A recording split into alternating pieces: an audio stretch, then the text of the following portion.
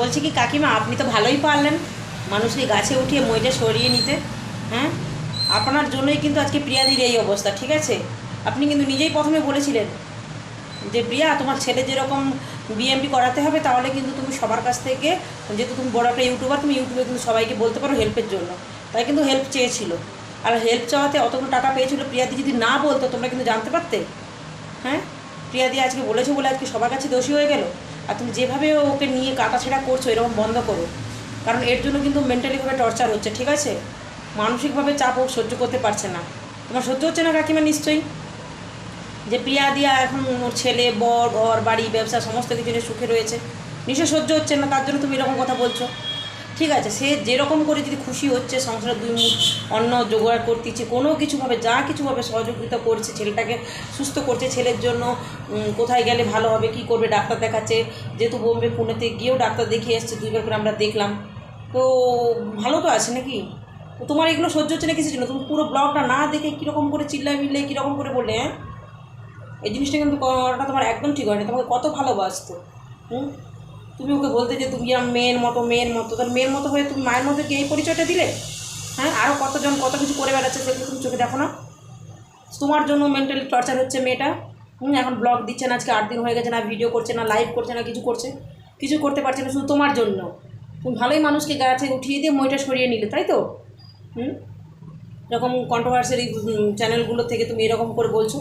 যখন প্রিয়া ওই ভিডিওগুলো দিচ্ছিল, প্রিয়াদি যখন ভিডিওগুলো দিচ্ছিল, যেদিন ওই 30 মিনিটের ভিডিও একটা দিয়েছিল যে আমি 20,000 টাকা দিয়েছি, আমি আবার দেবো টাকাটা, তো ওই ভিডিওটা পুরোটা না দেখে তুমি তোমার মতো করে আরম্ভ করে দিলে ভিডিও করতে। হ্যাঁ, তোমাদের মতো মানুষদের জন্য না সাধারণ মানুষরা কিন্তু খুব খুব চিন্তাতে আছে। ঠিক আছে, তুমি আরও বড় বড় ব্লগারদের দেখো না, তাদের পিছনে লাগতে পারো না? মেয়েটা কত কষ্ট করে এগিয়েছে। হ্যাঁ, ছেলেটা একটা অসুস্থ ছেলে রয়েছে বাড়িতে।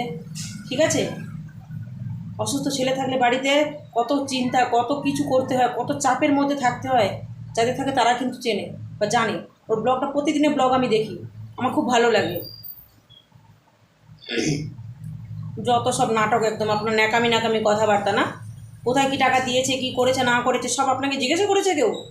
আপনি যদি ও ভালো চাইতেন তাহলে আপনার সাথে ওর নিশ্চয়ই যোগাযোগ রয়েছে, তাহলে ফোন নাম্বার করে বা কল করে, কেউ হোয়াটসঅ্যাপে মেসেজ করে ওর সাথে কথা বলতে পারতেন যে প্রিয়া এই কাজটা করো না, এটা আমার ভুল হয়েছে, এই করেছো ওই করেছো।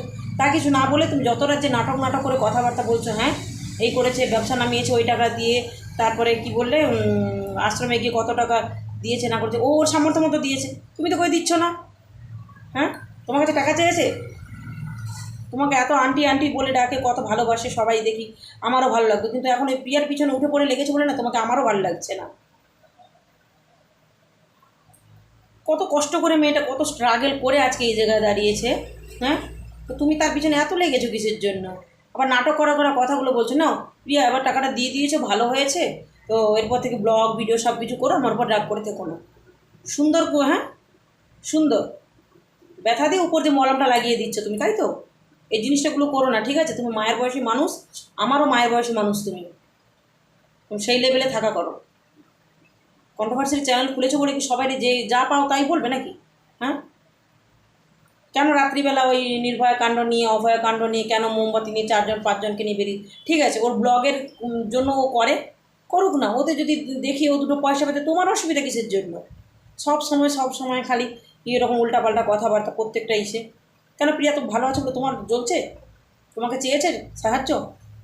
আর বিশেষ করে হলো বিএমটির জন্য তুমিই তো নিজে বলেছিলে যে প্রিয়া, সবার কাছে তুমি বলো যেহেতু তুমি ইউটিউবে আছো, তো সবাই তোমাকে সহযোগিতা করবে। সহযোগিতা করেছো, তার জন্য কি এরকম? হ্যাঁ, সহযোগিতা করেছো ঠিক আছে, কিন্তু তার জন্য তো ও আবার বলেছে যে কত টাকা উঠেছে। যদি না বলতো, যদি লুকিয়ে রাখতো টাকাটা যে এত টাকা উঠেছে, মানে জানতে পারতে।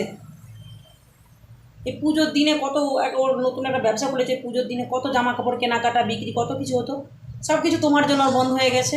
তুমি এমনভাবে ওকে মানসিক চাপ দিচ্ছ। এই জিনিসটা তুমি মনে রেখো, কিন্তু একজনকে ভাতে মারছো তো, তুমিও কিন্তু ভালো থাকবে না। আমার খুব খারাপ লেগেছে, মেয়েটা কত কষ্ট করে কীরকম কান্না করে করে ভিডিও করছে। আজকে 8 দিন হয়ে গেছে, প্রত্যেক দিন ওর চ্যানেলে যাচ্ছি, খুলে খুলে দেখছি যে ভিডিও ছাড়ছে নাকি, লাইভ করছে নাকি, কিছুই করছে না।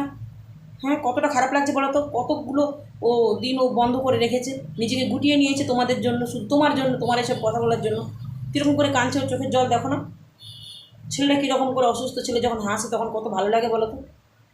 অসুস্থ ছেলের জন্য যখন ওই টাকা ওষুধপত্র ফল সব কিছু ট্রিটমেন্ট করানো কত টাকা লাগে তুমি জানো? একটা পরিবার, গ্রামের মানুষ, আমি গ্রামের মানুষ, আমি বুঝি।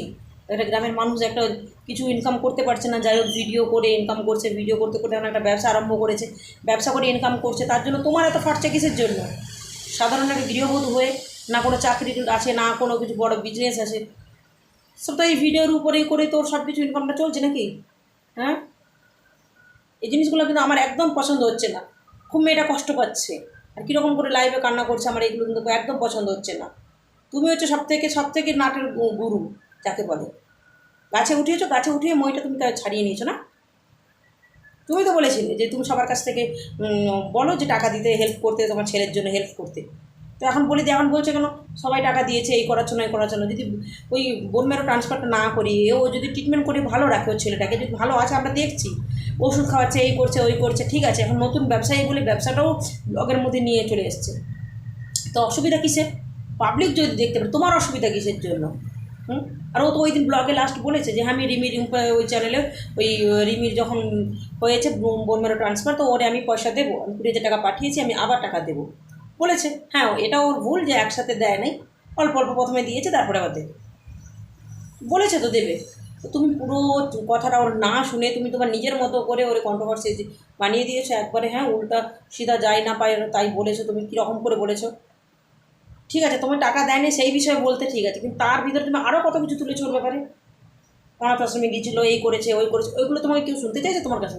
কেন বলেছো তুমি এইসব কথাবার্তাগুলো? মেন্টালিভাবে পুরো ডিস্টার্ব হয়ে গেছে মেয়েটা।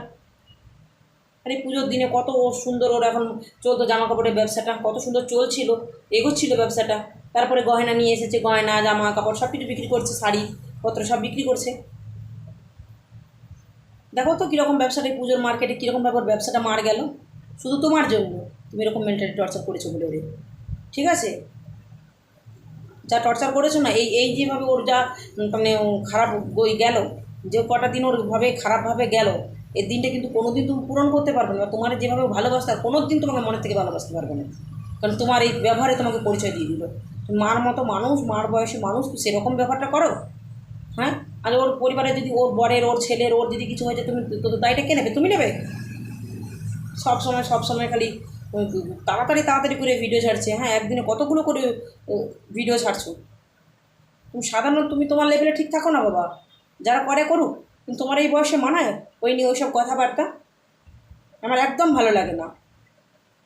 মেয়েটা কত সুন্দর আগের বছর পুজোতে সুন্দর একটা ড্যান্স গান কত সুন্দর উপহার দিয়েছিল আমাদের, খুব ভালো লাগতো, আমার খুব ভালো লাগতো ওর ব্লগগুলো গ্রামের।